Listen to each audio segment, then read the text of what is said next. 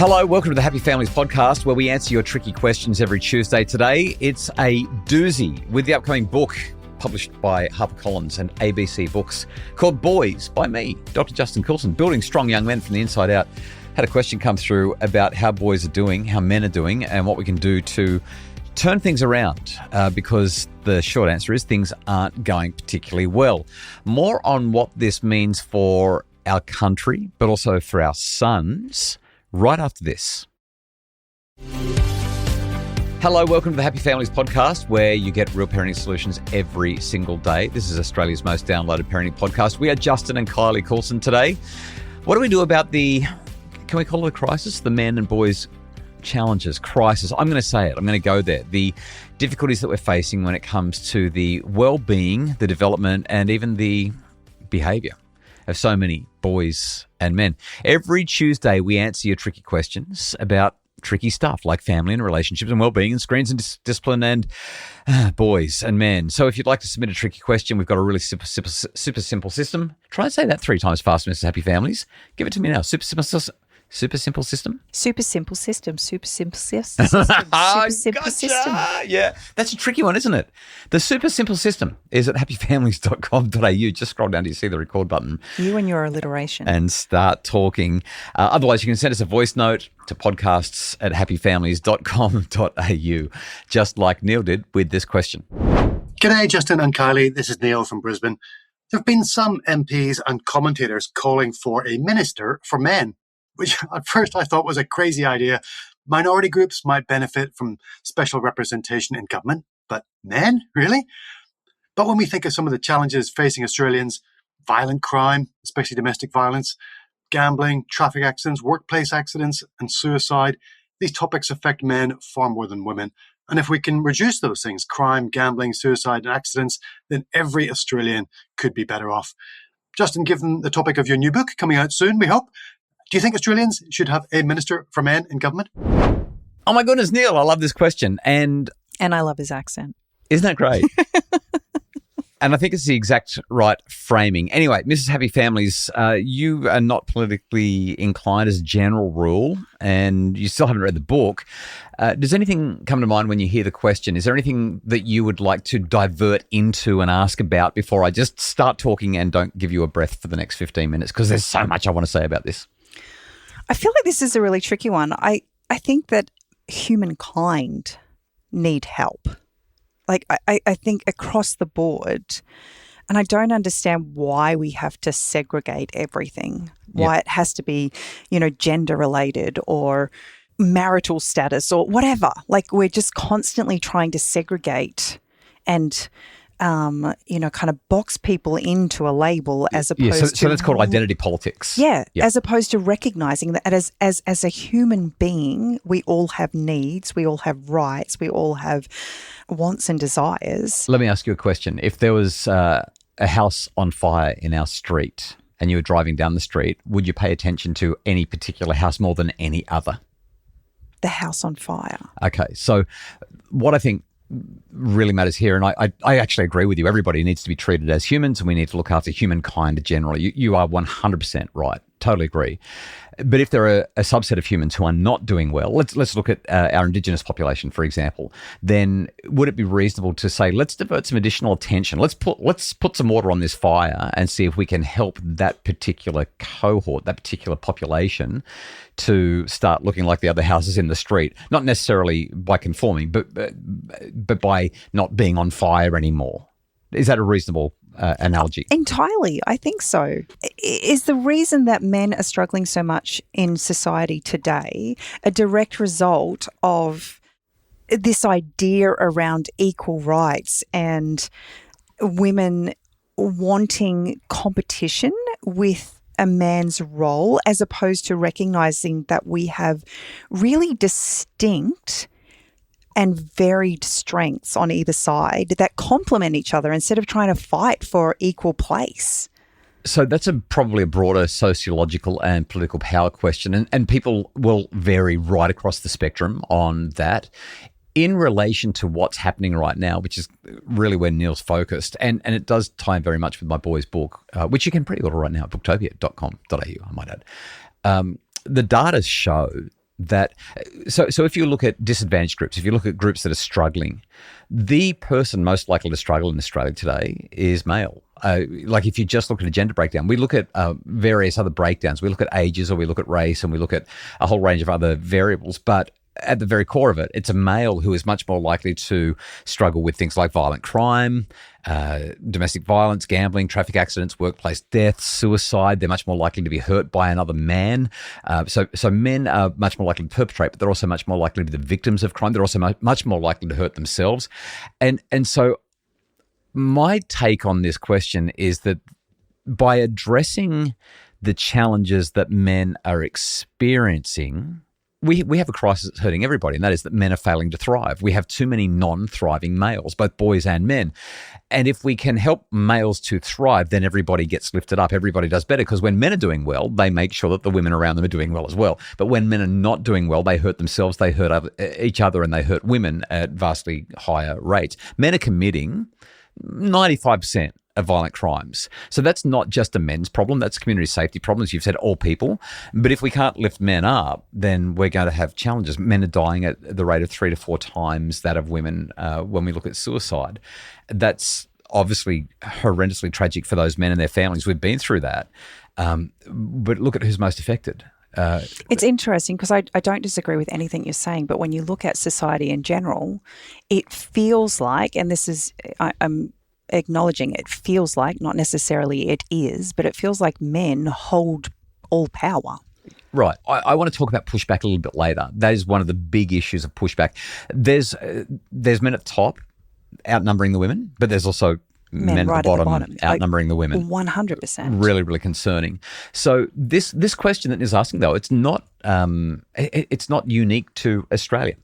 So is anything happening like this globally? Yeah. So in the UK, they've been debating this, get this, more than 20 years now. A guy called Lord Northbourne, I feel very fancy saying it, but I can't say it properly. Lord Northbourne first proposed it. He said, if there's a minister for women and one for children, then that assumes that men don't have problems. And then a few years ago, there was a Conservative MP, his name was Nick Fletcher. He pointed out that 41% of British high school boys were being told that boys are a problem for society. That's the message they were receiving from society. He cited male underachievement in education, lower university enrolment, and the fact that a huge number of boys and men just feel like they are failing to thrive. In my data here in Australia that I've written about in the book, the stats in terms of our young men finishing school and going on to university, or even being in employment, education or training, it's devastating compared to how the girls are going. We've got a whole lot of other stuff happening in the UK. In New Zealand, they have been making the same argument for quite some time. In the United States, Michigan is one state. There's a couple of other states. I can't remember what they are. I know that Utah is one of them as well. They're appointing ministers for men because they're recognizing that if we can lift men up, they'll do better. But I want to give a counterexample, something that I didn't write about in the book because it's just, it's so interesting, but it wasn't part of what the book was about, is what's happened in South Korea. So a cautionary tale for what happens when you ignore young men and the issues they're having. South Korea has had a Ministry of Gender Equality since 2001. But when you translate the Korean name, which I can't speak, but which all the research that I did shows that this is what happens, the Ministry of Gender Equality translates as the Ministry of Women Affairs and Family, not gender equality. And the young Korean men were like, well, hang on, what's going on here? It feels like we're being left out. A couple of years ago, the presidential election was won by someone called Yoon Suk-yeol, and that was won on an explicitly anti-feminist platform, promising let's abolish the ministry. But the work had already been done. So South Korea currently has one of the worst gender divides in the developed world. In 2025, they had to add a gender equity policy division specifically to address discrimination against men because the backlash had become so severe that you couldn't ignore it anymore. And what the lesson really is that when you only talk about one gender's problems, you create resentment, and that resentment doesn't actually make anyone safer. It entrenches and embeds the misogyny and the anger and the resentment that we've been seeing in things like Louis Theroux's Inside the Manosphere documentary.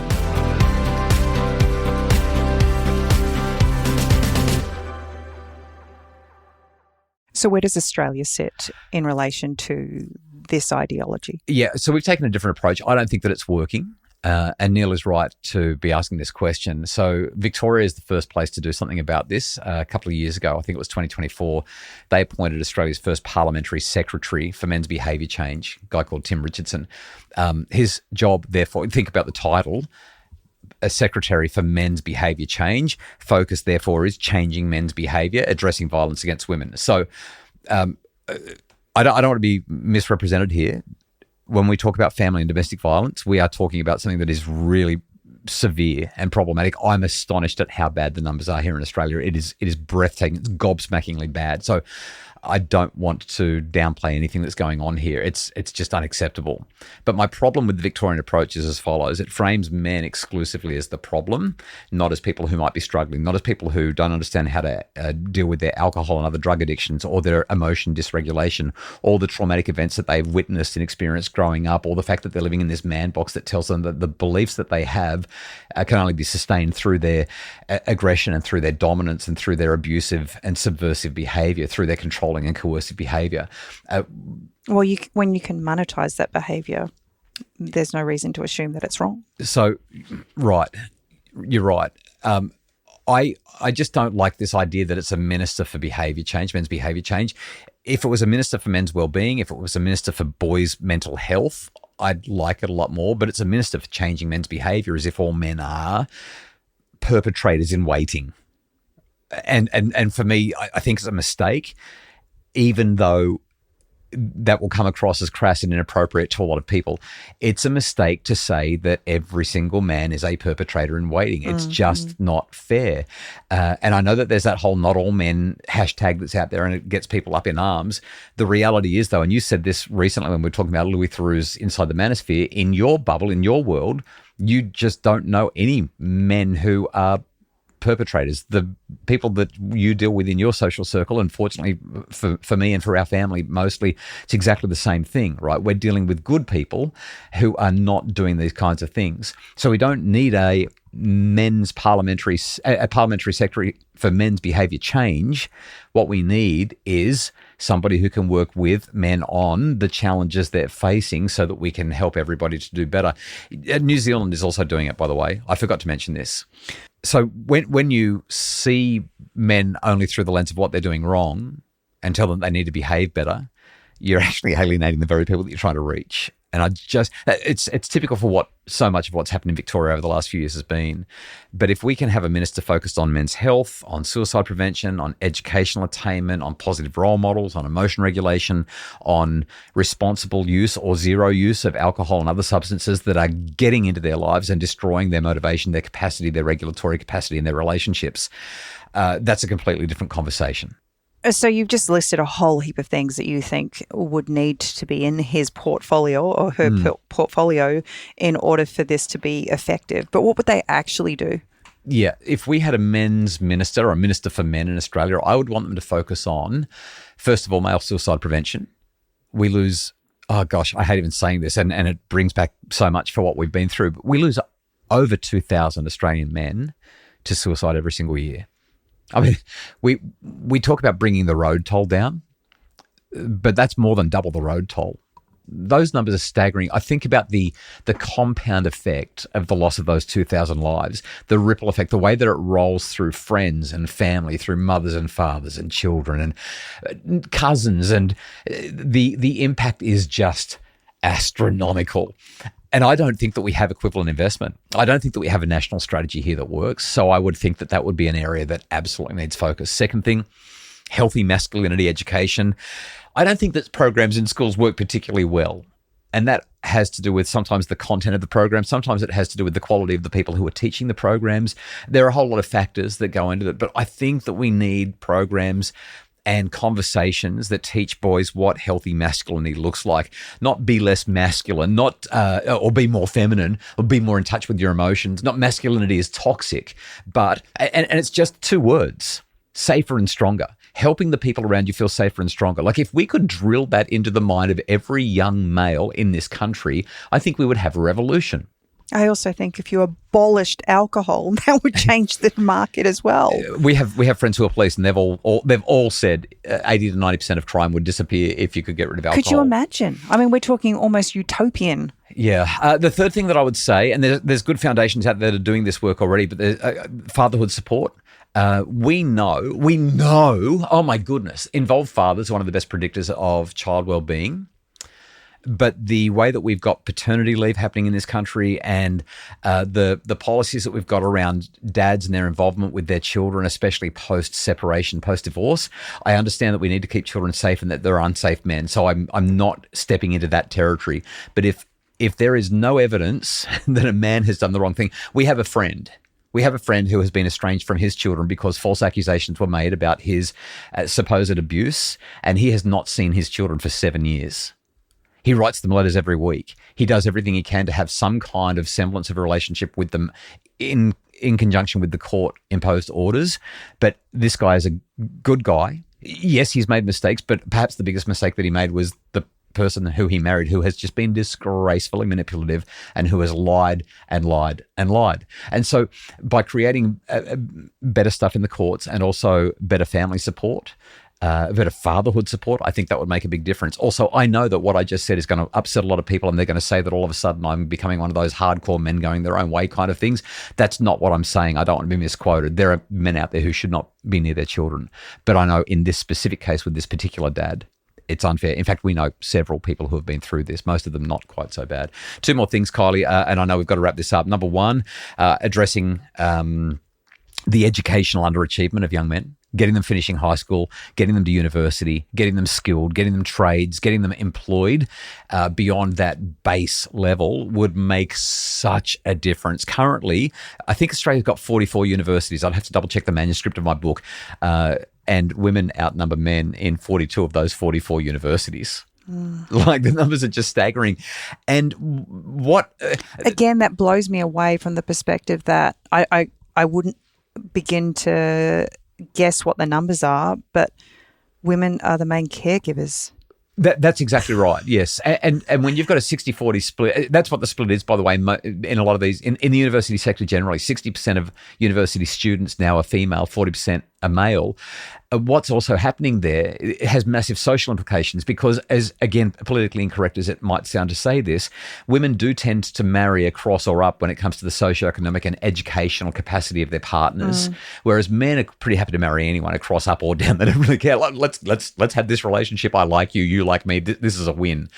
And so if women are looking across and up and there just aren't any men there, guess what happens? They stay single, or they stay single for longer. And when you talk about the economic impact, the growth impact, the way our country is going, we actually, I'm going to sound like I'm a politician now, we actually need people to be getting married and having children. It's really important socially, emotionally, but also financially and economically for our country. But the research also suggests that when you can be in a loving, safe, monogamous relationship, that you thrive. Yeah, that's where we get our thriving men. Yeah. And it gives men purpose. Yeah. I was talking before about non-thriving men and boys. What gives them purpose is having someone to protect and provide for. We watched this happen with our first son-in-law. He wanted to marry our daughter. He didn't really have many prospects. He wasn't going anywhere fast, and he was quitting everything faster than he was starting things. Like, it was not looking great, but he promised that he was going to get his act together. He went and got an apprenticeship, and we look at the decisions that he's made since marrying, and we've asked him what his other mates who have stayed single have done, and he's just leaps and bounds in front. And it seems that marriage forced a level of maturity on him. Does that work for everybody? No, of course not. But it seems like, and the research evidence points, that is directional, if not causal. So I'm going to imagine that there's probably some pretty big pushback in relation to this. There is, and even some of the things that I've said today can be, if they're not kept in context, they can be really inflammatory for some people. And I hope that I've been sensitive, and I hope that I've throat cleared enough and made sure that the caveats are in place where I've said what I've said, because there are exceptions to what I've said, and I'm not throwing a blanket over all of this. Here are the biggest items of pushback. The first one goes back to what you said about men have all the power. Why do they need a minister? There's a Well, the people in the room who are making the decisions around whether or not this would even go ahead, predominantly male. Tend to be men, yeah. And there's a bimodal distribution with the guys at the top and at the bottom. I would also say men with power aren't the ones who are dying in workplace accidents, and they're not the ones who are taking their lives in regional sheds and on farms in our outback communities. The men who are running the country and corporations are not the men that we're worried about here. No, they're the ones that live in the bubble. Correct. I mean, some of them have had their challenges as well. John Brogden, former New South Wales, I think was he Premier or Opposition Leader? He is quite open about his depression and his attempts on his life and has written a book about it and is doing what he can for men's health because of what happened there. But I'm worried about the boys in Western Sydney. I'm worried about the boys in regional New South Wales that I was in a room with a couple of months ago who are just going, what's the point of this? I'm concerned about the regional kids who are getting left behind and just the non-thriving, where is my purpose? So there is pushback, but I think that the power issue can be dealt with. The second issue that comes up a lot is this is taking away resources from women, and women need resources. And I think that women do need resources, and there is an argument that it could be, but I would also say this is not a zero-sum situation. We can care about women's health and safety, and we can also care about men's health. Yeah, I don't think safety. it should ever be a one or the other. Yeah, and when you look at what happened in South Korea, they ignored this, and the bottom fell out. It went pear-shaped. Last pushback that I hear regularly, and it really ticks me off, is that people will say, well, men should just fix this themselves. And it ticks me off because we would not say that about any other group. Go back to the house on fire situation that I was talking about before. When Indigenous Australians are overrepresented in prisons or suicides, we don't say, well, Indigenous people should just fix themselves. We recognise that there are systemic issues and we intervene. I don't think we're doing that very well there, by the way, but we do intervene, and the same principle applies here. I just don't think the pushback is strong. I think that regardless of which group we're talking about, if people were capable of fixing themselves, then we wouldn't have an issue. The very fact that we have an issue suggests that help is needed. Yep. And wherever that help is needed, I think that it's important for us to navigate it as best we can. Yeah. So, Neil, thanks for your question. I've been on quite a journey, to use your word, Kylie, in this podcast. But men don't deserve special treatment, but there are too many boys and men who are struggling. And when they're violent, when they're self-destructive, when they're disconnected, when they're not thriving, unfortunately, everybody around them suffers. And if we can reduce male suicide and male violence and male disengagement from family and society and education and from one another, if we can just help boys grow into men who make the world feel safer and the people around them feel safer and stronger, not more dangerous, not smaller, then that's going to be not just good for men, it's going to be good for everybody. So that's my response to Neil's tricky question. Let us know what you think. Send us a voice note. Send us an email, podcasts@happyfamilies.com.au, or jump into our socials and give us your feedback. The Happy Families podcast is produced by Justin Ruhlin from Bridge Media with additional support and resources from Mim Hammond. If you would like more information about making your family happier, or if you'd like to pre-order the boys' book, go to happyfamilies.com.au, join the wait list, or go to booktopia.com.au and pre-order the book now.